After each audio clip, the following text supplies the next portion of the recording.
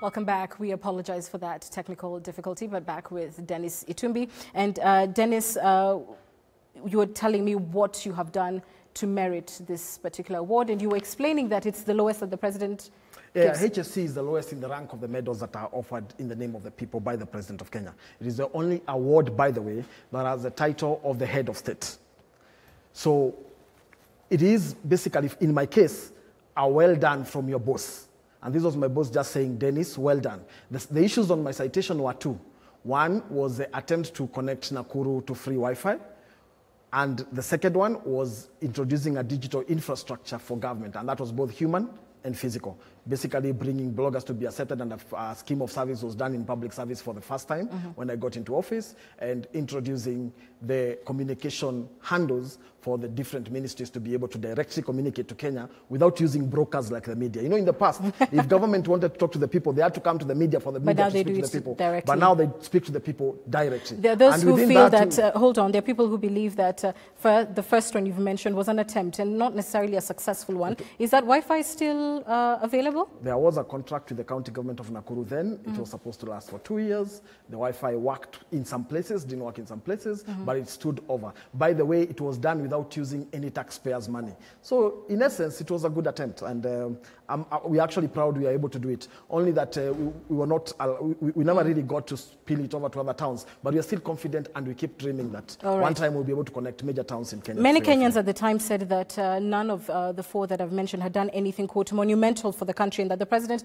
was simply rewarding your political patronage during the 2017 campaign period. Do you believe that these awards have in some way become a way for the president to dispense privilege?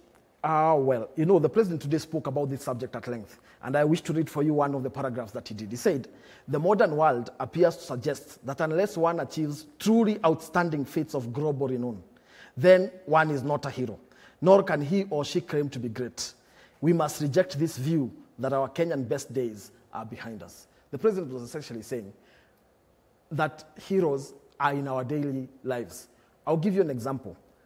I know a waiter called Monica Kioko, who works for Western Hotel.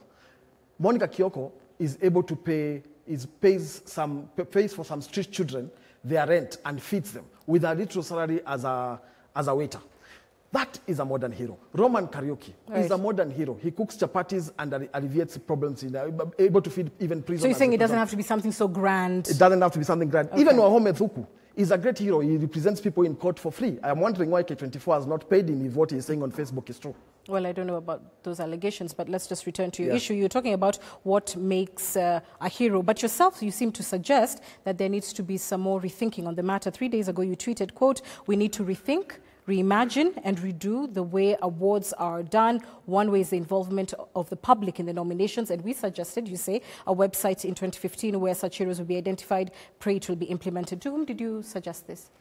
We suggested to Office of the President, the people who are handling the awards then.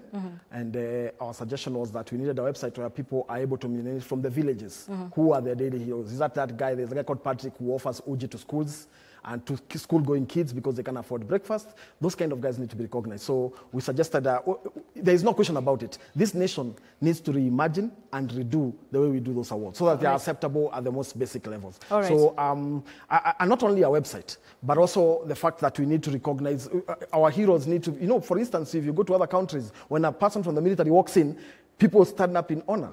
But here we seem not to have that collective reimagination and connection to our heroes. Okay, so quite briefly, but in 2014, that was a year before this proposal that you made, Parliament had already passed the Kenya Heroes Act, which we've talked about on this program, a mechanism and a proper way of awarding heroes. Why do we need a website rather than the full implementation of a law that is 6 years on dragging?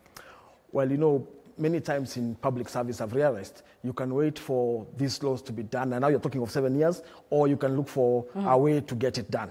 So I always look for a way to get it done. It's an easier place to be.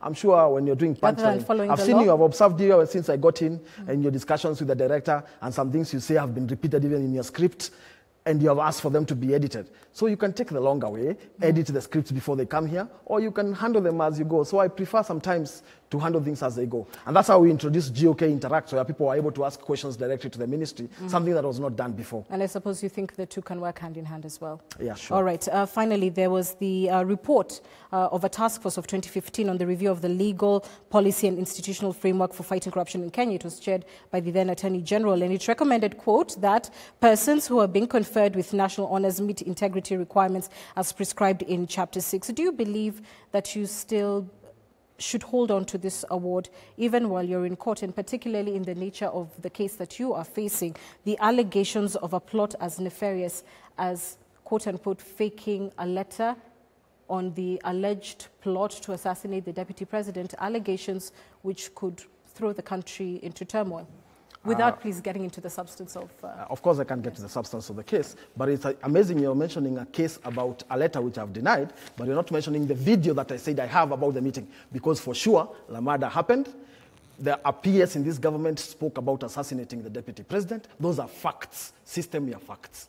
So, I mean, about integrity, I mean, until and when the court in its fullness proves that I am guilty, I am innocent, my integrity is intact, and and if... And you feel comfortable holding on to that? Yes, and let me tell you, as I conclude, because I'm sure you want us to conclude, that most people who excel or who have been awarded or are heroes are not so much about the awards and the piece of metal you are given or the sachets that are worn on you. It is not about the laughter that you see. It's about the tears and the sweat that you have no idea about. Dennis Itumbi, for you there.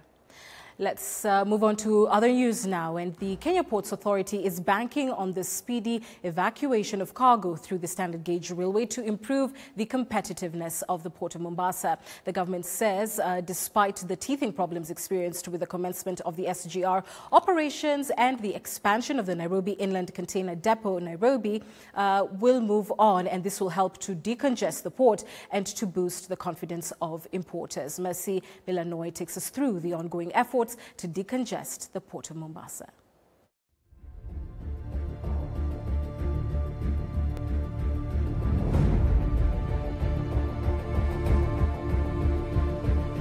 The history of cargo transportation dates back centuries ago when Kamba traders walked long distances to the coast to trade in ivory.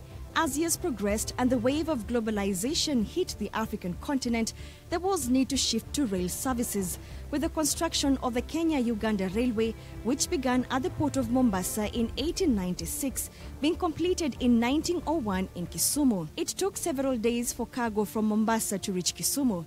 Today, the narrative is changing, with the period of cargo movement from Mombasa to Nairobi through the standard gauge railway being cut from days to just 4 hours, helping to decongest the port. By the time we finish loading the empties and exports, all the Nairobi-bound cargo will be in Nairobi. Because what we are doing is from ship to rail, X-hook. There's no wasting time on the yard. According to the Kenya Ports Authority, 313,904 containers have been evacuated through the standard gauge railway between January and September. In July, the standard gauge railway evacuated the highest number of 20-foot containers at 39,817, with 36,951 being evacuated in the month of August. The average turnaround time for trains has reduced from 10 hours to 7.5 hours, while the turnaround time for trucks has declined from 9 to 5 hours. The average cargo dwell time has also reduced from 11 to 7 days for imports and from 4 to 2.5 days for exports. For many years, Kenya has been paying huge cost in demurrage charges for ships delayed at the port, but the situation has so far changed for the past 1 year. Every ship comes on time, and if there's any wait, it is at its own convenience. Either it came earlier or it wants to delay for some reason, but not because the port cannot accommodate vessels. Currently, 60% of import cargo is still transported via road to various destinations, with the remaining 40% being evacuated by SGR train. Contrary to various concerns, the government has assured stakeholders in the logistics business that the SGR will not kill road transportation but act as a supplement to ensure the seamless movement of cargo. The completion of Relief Line 2, extending from berth 11 to 18, is expected to boost the evacuation of up to 6 million tons of cargo annually. The 2.8 kilometers Relief Line 2 targets to load 200,000 units of motor vehicles directly from vessels for transportation via rail for movement to upcountry. The line targets bulk cargo such as fertilizer, clinker and grains. Apart from upgrading the port of Mombasa, KPA is targeting to enhance efficiency at the Nairobi Inland Container Depot to optimize on its capacity. Mercy Milanoi, K24 for Punchline.